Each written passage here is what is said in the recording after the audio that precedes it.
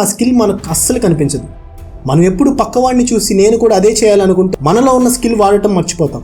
ఇక్కడ మనకు తెలియని విషయం ఏంటంటే, నీకు దేవుడిచ్చిన స్కిల్ నువ్వు అనుకున్న దానికంటే నేను ముందుకు తీసుకెళ్తుంది. అది మనం ఈ లోకాన్ని ఫాలో అవుతున్నంతసేపు కనపడదు. ఈ లోక పద్ధతుల నుండి, ఈ సిస్టమ్ నుండి వేరుగా ఆలోచించాలి. అప్పుడు నీలో ఉన్న స్కిల్ను గుర్తిస్తావు. ఆశీర్వాదం ఎక్కడో లేదు, అది నీ చేతిలోనే ఉంది, నీ దగ్గరే ఉందని తెలుసుకుంటావు. దేవుడు నిన్ను దీవించే స్కిల్ నీ దగ్గరే ఉందని గమనిస్తావు. ఇప్పుడు మనం జీవిస్తున్న ఈ ప్రపంచం ఏం చేసిందో తెలుసా? దేవుణ్ణి ఒక సిస్టంలో లాక్ చేసింది. నేను అందరూ వెళ్తున్న మార్గంలో వెళ్తున్నా, సహాయం చేయి, దీవించు అంటున్నాం. కానీ దేవుడు ఈ లోకం యొక్క సిస్టమ్కి డిఫరెంట్గా పనిచేసేవాడు. ఆయన మనల్ని హెచ్చించడానికి లోకం ఫాలో అవుతున్న రూల్స్ ఫాలో అవ్వడు. పలానా జాబ్ చేస్తే బ్రతుకుతాను, ఇంత శాలరీ వస్తేనే బ్రతుకుతాను అని మన మైండ్లో ఫిక్స్ అయిపోయాం. కానీ దేవుడు మన పరిమితులకు లోబడేవాడు కాదు. ఆయన మార్గాలు అపరిమితం. మనం లోకం చెప్పే దారిలో నడుస్తూ దీవెనల కోసం చూస్తున్నాం. కానీ దేవుడి పనితీరు ఈ లోకపు రూల్స్కి భిన్నంగా ఉంటుంది.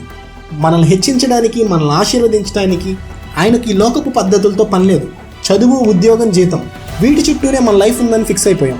కానీ దేవుని దృష్టిలో మన జీవితం అంటే అవి మాత్రమే కాదు, ఆయన ప్రణాళికలు అంతకంటే గొప్పవి. ఈ మాటలన్నీ వింటున్నప్పుడు ఇవన్నీ విని అలసిపోయాలని అనిపించవచ్చు. కానీ ఇది నిజం. దేవుడు నీ సిస్టంలోకి వచ్చి ఆశీర్వదించడు. నువ్వు జీవితాంతం నన్ను ఆశీర్వదించు అని అడిగినా కానీ ఏదో మార్పు కనపడినట్టు ఉంటుంది, కానీ సాటిస్ఫాక్షన్ ఉండదు. ఈ లోకపు పద్ధతులకు బయటకు వచ్చి ఆలోచించు. దేవుడు నిన్ను దీవించాలంటే ఆ స్కిల్ నాలోనే ఉందని గుర్తించు. యోబు గ్రంథంలో ఒక మాట ఉంటుంది, దేవుడు అన్యాయం చేయడం అసంభవం. ఆయన నిన్ను భూమి మీదకు పంపించాడంటే నిన్ను పోషించడానికి, నిన్ను గొప్ప స్థానంలో ఉంచడానికి కావాల్సిన సామర్థ్యాన్ని నీ డిఎన్ఏలోనే పెట్టి పంపించాడు.